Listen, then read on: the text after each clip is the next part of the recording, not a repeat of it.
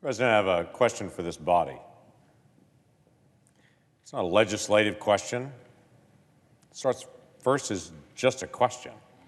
It's a question for us to be able to think about, and it's a question, quite frankly, that's essential that we think about, but we don't think about very often. Because it's introspective, because it's personal, because it connects both science and faith and culture and background. But it's essential to who we are as people, human beings. And it's this simple question: when does life begin? I don't say it flippantly. It's a real question. It's a question that we've had as a nation now the entire time we've been a nation. And it's been decided by different states and by different people from the very, very beginning of our nation. When does life begin? For some people, they would say life begins at birth, when I can see that child and they're screaming and crying and just born, red-faced. Some people would say it's actually 10 minutes before that birth. It's not at birth, it's just a little bit before. For some people, they would back it up and they would say, no, you're really a child and you're alive when you're viable. That's somewhere around 21 weeks gestation now. That when you're viable, that's when you're really alive.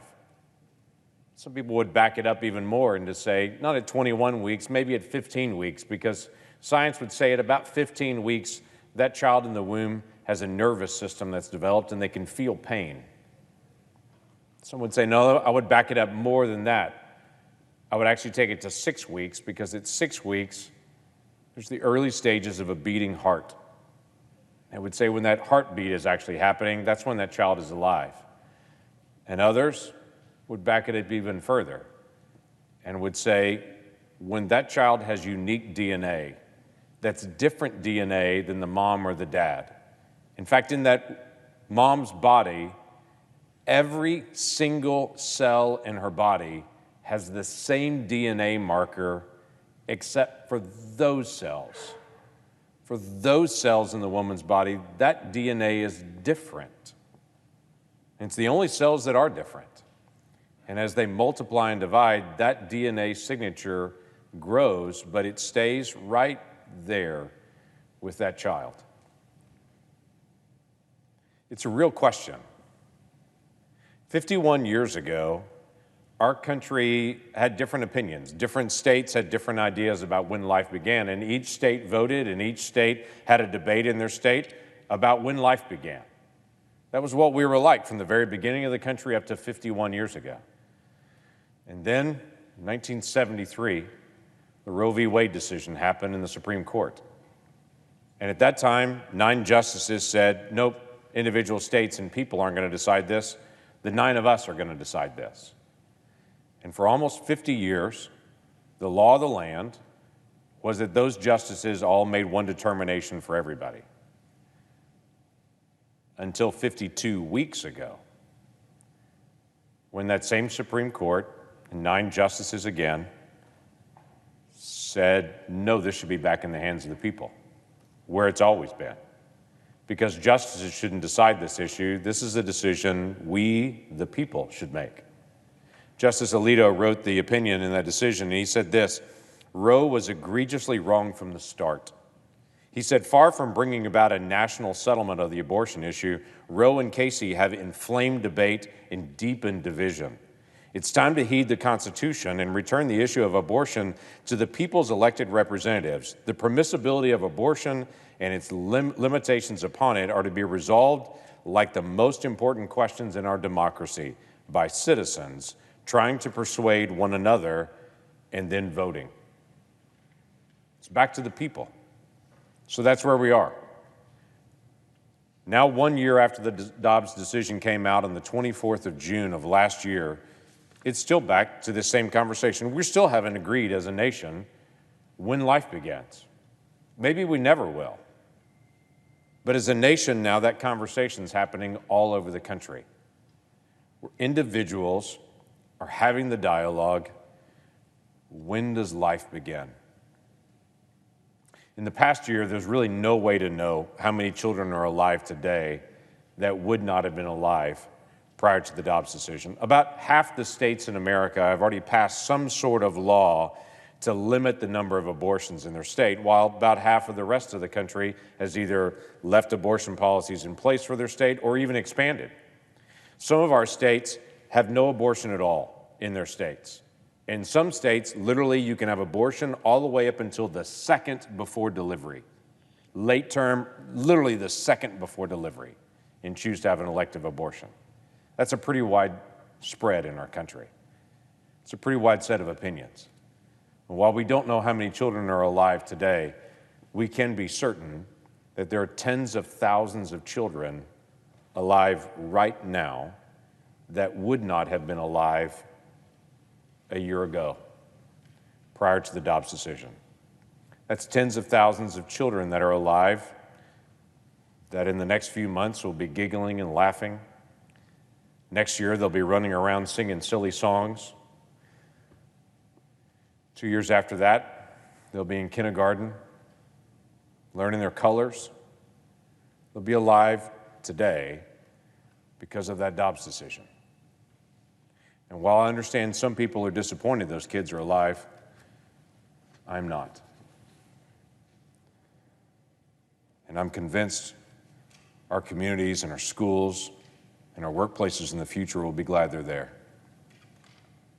But in the past year, while a lot of people have been celebrating the value of every single one of those children that have been born, there are some that have not been. In fact, in my frustration, this Biden administration has been obsessed with increasing the number of abortions in America, not decreasing them. Today, there have been numerous unanimous consent requests on the floor of this Senate asking to be able to take out all the laws across the entire country and to be able to move it back to there's abortion on demand at any stage. They all lost on the floor today, but there's a push on the floor of this Senate today to be able to expand abortion on demand all the way up until moments before birth. This administration has taken even more aggressive actions than the Senate even took today. This administration has shifted a policy, longstanding, on mail-order abortions, do-it-yourself abortions at home, to be able to take a 2-drug cocktail to be able to have an abortion at home, where they've stripped out the rules that you have to see a doctor to get this prescription, remembering that this prescription actually takes the life of a child and causes excessive bleeding. You don't have to see a doctor anymore. They've now shifted that to say you just have to see a medical professional of any type. You also don't have to have a screening for ectopic pregnancies. If you take this 2-drug cocktail and you actually have an ectopic pregnancy, and the only way you can really determine that is a medical examination, then it could actually kill the woman while it takes the life of that child as well. If you have the wrong blood type, and the only way to really determine that is to go see a medical professional, though the Biden administration is now saying you no longer have to see them, but if you take this particular 2-drug cocktail and you have the wrong blood type, it will actually make you infertile the rest of your life, as well as take the life of your child. So if you want to have a baby later, you can't. The only way you would know one way or the other on that is actually having a medical screening and test. But the Biden administration is so obsessed with increasing the number of abortions in America, they've now said, don't worry about going to the doctor. Don't worry about if you have an ectopic pregnancy or the wrong blood type. In fact, they've taken it even an extra step and have said to emergency rooms, if someone shows up in an emergency room, has taken this 2-drug cocktail and is excessively bleeding, you do not have to report it to the FDA unless she dies. Every other condition, excessive bleeding, on the edge of life, emergency room trips, don't report those. Those don't get reported anymore at all. Literally, they're saying, we don't need the information about other side effects, only death for this particular drug. That's an enormous shift. That is an administration that is obsessed with saying we need more abortions in America, and if things go bad with this 2-drug cocktail, don't tell us. That I mentioned before that there is a very, very old federal law that still stands in federal law that says you can't mail anything that's going to cause an abortion. It's against federal law to put something in the mail and mail it to someone that causes an abortion. The Biden administration literally has put out a public opinion from their Office of Legal Counsel saying that law really doesn't apply anymore. It's old. And is trying to say, well, it means something different than what it actually says. I would encourage anyone to actually read that statute and to come under any other conclusion other than what it says. But the Biden administration has made it very clear under the Department of Justice that we know this is against federal law to be able to mail abortion materials, but we're not going to prosecute this. Literally, it's against the law, but we don't care. So much so that even if a woman ends up in the hospital in the emergency room and checked in, don't even tell us unless she died. Last summer, there were several of my colleagues that brought a bill to this floor to give a $100,000 fine to any pro-life pregnancy center that didn't perform abortions.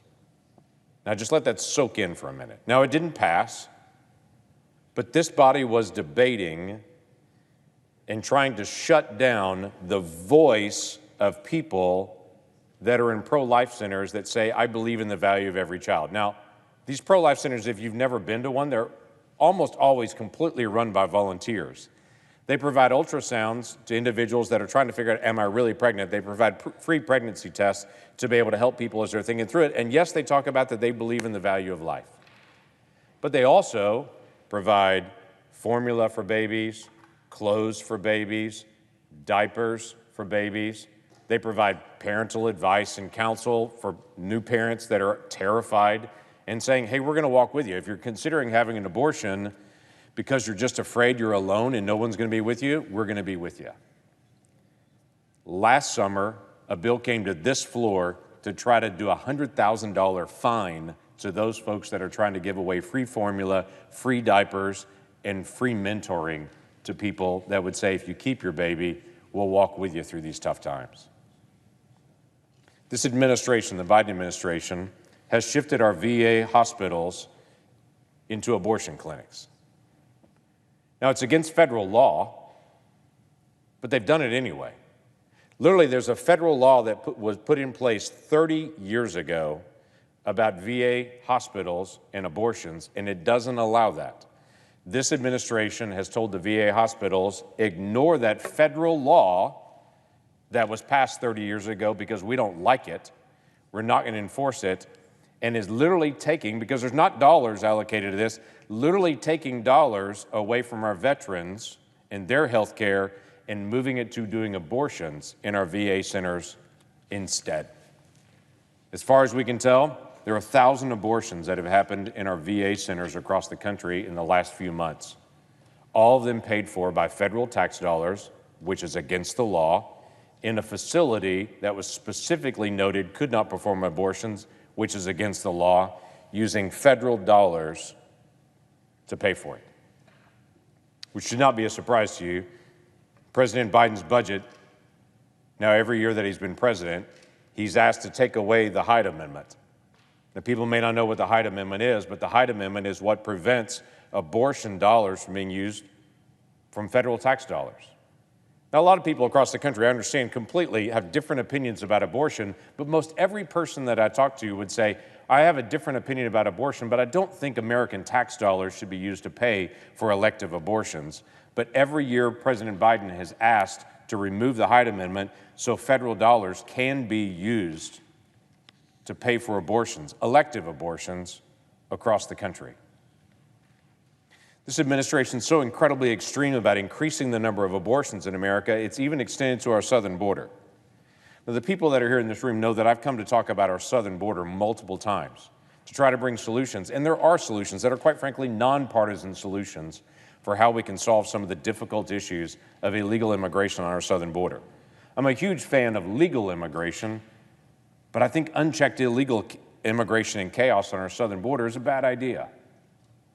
But this administration, in the middle of what's going on on our southern border right now has put out what they call Field Guidance 21 out of Health and Human Services to say if an unaccompanied minor comes across our southern border that happens to be pregnant, that unaccompanied minor is to be relocated to a state that allows abortion. And the guidance gives information about how to even transport individuals that are pregnant that cross our border to abortion clinics, and it gives special guidance for those that are in their last weeks of pregnancy and how to be able to take care of those moms as you transport them to get an abortion, late-term abortions. That's in the HHS guidance that's happening right now on our southern border. This administration created a website to promote abortion with official federal dollars. It's connected to the White House website. In fact, this administration literally put it as a front page piece on the White House website. Here's how to be able to get an abortion in America. They've given a $1.5 million grant to create a national abortion hotline so that anyone who wants an abortion would be easier to be able to get it. They've created a reproductive rights task force to try to evaluate all states and to be able to get information out to how to be able to increase abortions. When the COVID money was done now a year and a half ago, the previous bipartisan bills on COVID all had a restriction on any of that money being used for abortion until the last partisan bill was actually put out, and that specifically allows for abortion with COVID relief dollars. The Department of Justice has not engaged when pro-life centers were being attacked. They have engaged to be able to go after people that oppose abortion, but in the past couple of years, there have been 329 attacks on Catholic churches and 87 attacks on pro-life centers just since the Dobbs leak came out, prior to the actual release in June. But there's been no prosecutions there to go after those folks. Apparently, if you attack a Catholic church or a pro-life center, the Department of Justice is not interested. There's also conscience protections. Again, not all Americans agree on the issue of abortion, but many doctors and nurses go into medical practice because they have a passion about life. We have conscience protections in federal law right now that if you tell your employer in a hospital that you have a conscience issue on performing an abortion and they compel you to do that, the federal government is charged to be able to step in and make that employer protect your conscience rights. That has happened in the past under past administrations, but under this administration, literally when this administration came in, there was a nurse that had been compelled to perform an abortion against her conscience at the University of Vermont Medical Center. She had told her employer in advance she did not want to participate in abortions. She believed in the value of every child. She came in one day to work. She was called into a surgery area, and the physician looked her in the face and said, "Don't hate me for this." And she said, "Why?" And then she turned and realized that she'd been called in and was being compelled, or she would lose her job to perform an abortion and to be a part of that abortion procedures. Now, that's typically under previous administrations, that person would be protected. This HHS dropped the case, literally was midway through. The Department of Justice is no longer prosecuting there. They're saying that's not relevant, literally saying if you have a conscience issue as a nurse or a doctor performing an abortion, too bad, change your occupation. We're not going to protect you. Oh, and did I mention, if you're in the United States military now, under the new Biden policy, and you went to your commanding officer and said, "Hey, my grandmother passed away, I'd like to get 5 days off to go travel, to go to my grandmother's funeral," you would be told no. But if you go to your commanding officer and say, "I'd like to be gone 5 days to get an abortion," not only would your commanding officer under the Biden administration be instructed, Yes, you can have 5 days paid leave off, but they would also say to you, how far are you going to travel? We're going to pay for your travel to reimburse you while you're gone. So if you need to go to your aunt's funeral, you don't get days off because that's too distant of a relative. But if you need to get an abortion, not only will this administration give you 5 days off to go get it, they will literally pay for your travel there and back to be able to go do it. Not to mention the change in the Mexico City policy that's happened, so now we're paying for abortions overseas currently with federal dollars. HHS launched a new webpage that actually gave out what they call creative ways for health clinics to advise teenagers on sex, birth control, pregnancy testing, and abortions. HHS, in fact, has proposed a new rule that they're in the process of finalizing, which redefines reproductive health care to include abortion. It prohibits entities from cooperating with law enforcement or a court order if an investigation is related to an abortion. It redefines the word person to a human being that is born alive. HHS has also changed the billing requirements for the ACA, for the Affordable Care Act, and has blatantly ignored the law on how abortion funding is done in direct opposition to when this body debated that publicly. If I can just mention one other thing. My state, like every other state, gets grants for what they call Title X grants. These are federal grants for cancer screenings for women, for contraceptives, for those that are in poverty. That's normal. We have that all over the country for every state. It's a typical grant that comes out to be able to help women in poverty get cancer screenings, get access to contraceptives. My state was just informed that the Biden administration is cutting off our Title X funds and will not send federal dollars to Oklahoma for cancer screenings for women or contraceptives for women in poverty to my state. Do you want to know why?